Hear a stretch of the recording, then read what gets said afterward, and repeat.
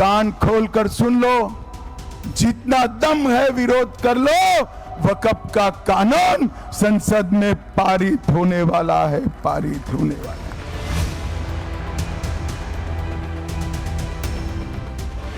नरेंद्र मोदी सरकार डंके के चोट पर वक्फ का कानून बदल कर रहेगी, बदल।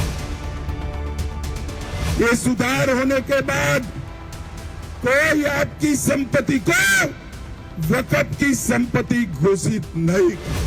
संसद के शीतकालीन सत्र का तापमान बढ़ने वाला है।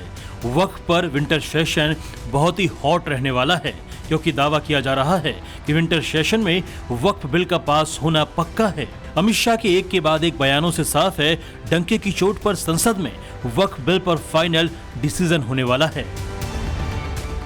अभी 2 दिन पहले कर्नाटक के वक्फ बोर्ड ने कई गांव, मंदिर समेत, किसानों के घर समेत, किसानों की खेती की भूमि समेत वक्फ की संपत्ति कर दी, और राहुल बाबा कुछ नहीं बोलते।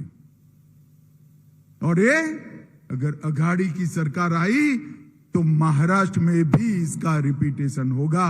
मगर कराड़ वालों, आप चिंता मत करो, ना अघाड़ी की सरकार आनी है, ना किसानों की भूमि वक्फ की भूमि होनी है। आज मैं दक्षिण कराड़ के लोगों को कहकर जाता हूं कि भारतीय जनता पार्टी इसी सत्र के अंदर वक्फ का बिल भी लाएगी और इसको पारित भी कराएगी। शाह का मूड बता रहा है कि वक्फ पर बड़ा फैसला होने जा रहा है। 25 नवंबर से संसद का शीतकालीन सत्र शुरू हो रहा है। 29 नवंबर तक वक्फ पर बनी जेपीसी को अपनी रिपोर्ट संसद में पेश करनी है। क्या मौजूदा सत्र में कमेटी अपनी रिपोर्ट सबमिट कर देगी? हम पूरी उसकी तैयारी कर रहे हैं लगातार, लेकिन हम अपने विपक्ष के सांसदों से चाहेंगे कि वो सहयोग करें। वक्फ बिल की समीक्षा कर रही जेपीसी के सामने डेडलाइन है, उसे शीतकालीन सत्र के पहले हफ्ते के आखिरी दिन तक अपनी रिपोर्ट पेश करनी है। लेकिन उससे पहले वक्फ संशोधन बिल के विरोध में माहौल बनने लगा है। सुनिए पश्चिम बंगाल सरकार के मंत्री क्या कह रहे हैं। ये जो साउथ कलकत्ता है, ये जो धर्मतल्ला है, राजभवन, ये भी मौकूफा जायदाद 150 रुपया किराया है। लेने वाले नहीं, लड़ने वाले नहीं। एक तरफ संसद में बहुत जल्द वक्फ बिल पास कराने का दावा है, वहीं दूसरी ओर वक्फ बिल के खिलाफ आवाज उठाने वालों के सुर और मुखर होते जा रहे हैं। मुसलमान भाइयों को डायरेक्ट मैसेज दिए जा रहे हैं, तरह तरह के दावे किए जा रहे हैं। बिल की समीक्षा कर रही जेपीसी को शीतकालीन सत्र के पहले हफ्ते के आखिरी दिन तक अपनी रिपोर्ट संसद में पेश करनी है, यानी 29 नवंबर तक जेपीसी को अपनी रिपोर्ट पेश करनी है। कमेटी का कहना है कि वो तय समय सीमा के भीतर रिपोर्ट पेश करने की तैयारी कर रहे हैं। वहीं 5 नवंबर को जेपीसी के कुछ विपक्षी सदस्यों ने लोकसभा स्पीकर ओम बिरला से मुलाकात की थी। इन सदस्यों ने स्पीकर से जेपीसी अध्यक्ष जगदम्बिका पाल की कार्यप्रणाली को लेकर शिकायतें की थी। सबसे बड़ी शिकायत ये थी कि बहुत जल्दी कमेटी की बैठकें बुलाई जा रही हैं, इसके चलते उन्हें पूरी तरह तैयारी करने का मौका नहीं मिल पा रहा है। लेकिन पूरे मामले में वक्फ पर बनी जेपीसी के अध्यक्ष जगदम्बिका पाल का क्या कहना है, इसे सुन लीजिए। इस कानून को खुद अल्पसंख्यक संसदीय कार्य मंत्री श्री किरण रिजिजू जी ने आग्रह किया स्पीकर साहब से कि हम इस पे और थ्रेडबेयर डिस्कशन चाहते हैं, डिटेल डिलिब्रेशन चाहते हैं। तमाम स्टेक होल्डर से, वाइस चांसलर से, लॉयर से, जजेस से, सब लोगों से विचार विमर्श करके, धर्मगुरुओं से हम एक अच्छा कानून लाना चाहते हैं जिससे लोगों को फ़ायदा हो सके, गरीब को, पसमानदा को, महिलाओं को, एजुकेशन, हेल्थ के लिए।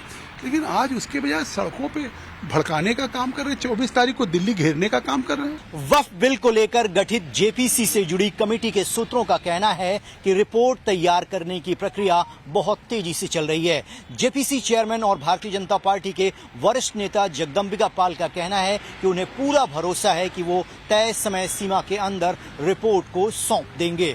सूत्रों से मिली जानकारी के मुताबिक जैसे ही फाइनल मसौदा तैयार होता है, कमेटी की एक और बैठक बुलाई जाएगी और इसी बैठक में फाइनल रिपोर्ट पर सभी सदस्यों के साथ चर्चा की जाएगी।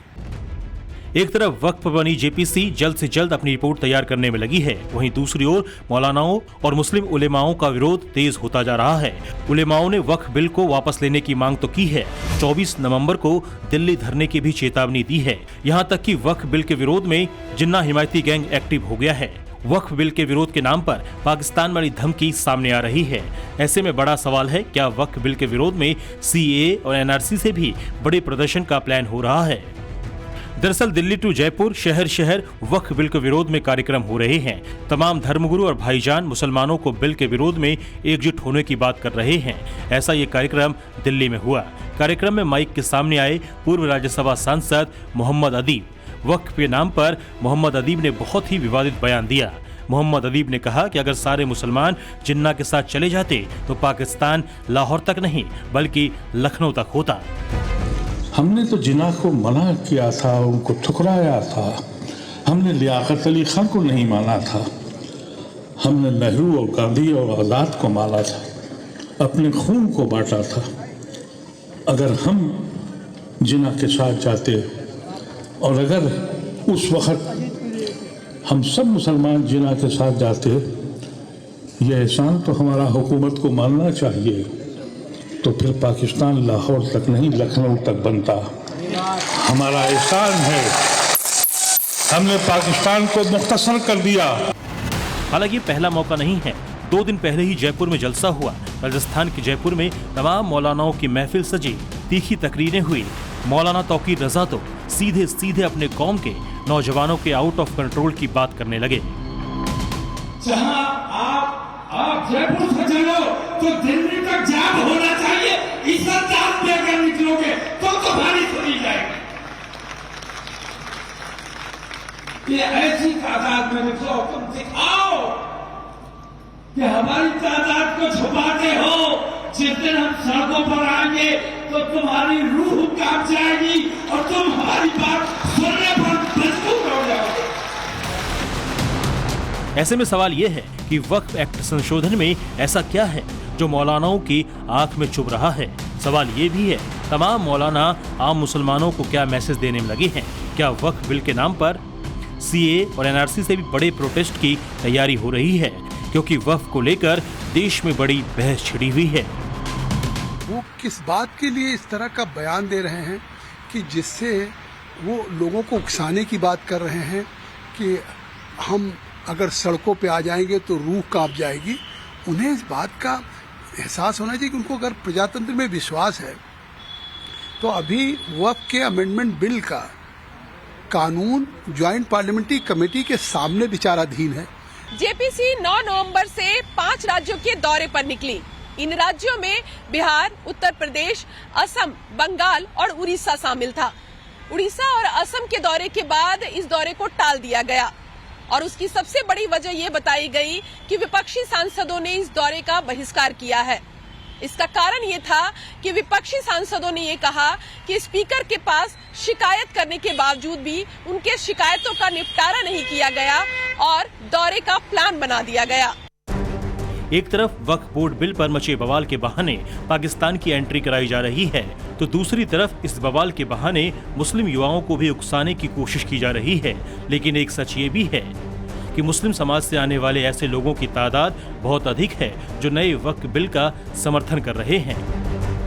आज मेरी भारत सरकार से गुजारिश है कि जल्दी से जल्दी वक्फ संशोधन बिल 2024 पास किया जाए और जिन लोगों ने वक्फ की जायदादों को बर्बाद किया है, खाया है, लूटा है, उनके खिलाफ तत्काल एफआईआर दर्ज करके उनको सख्त से सख्त सजा दिलाई जाए।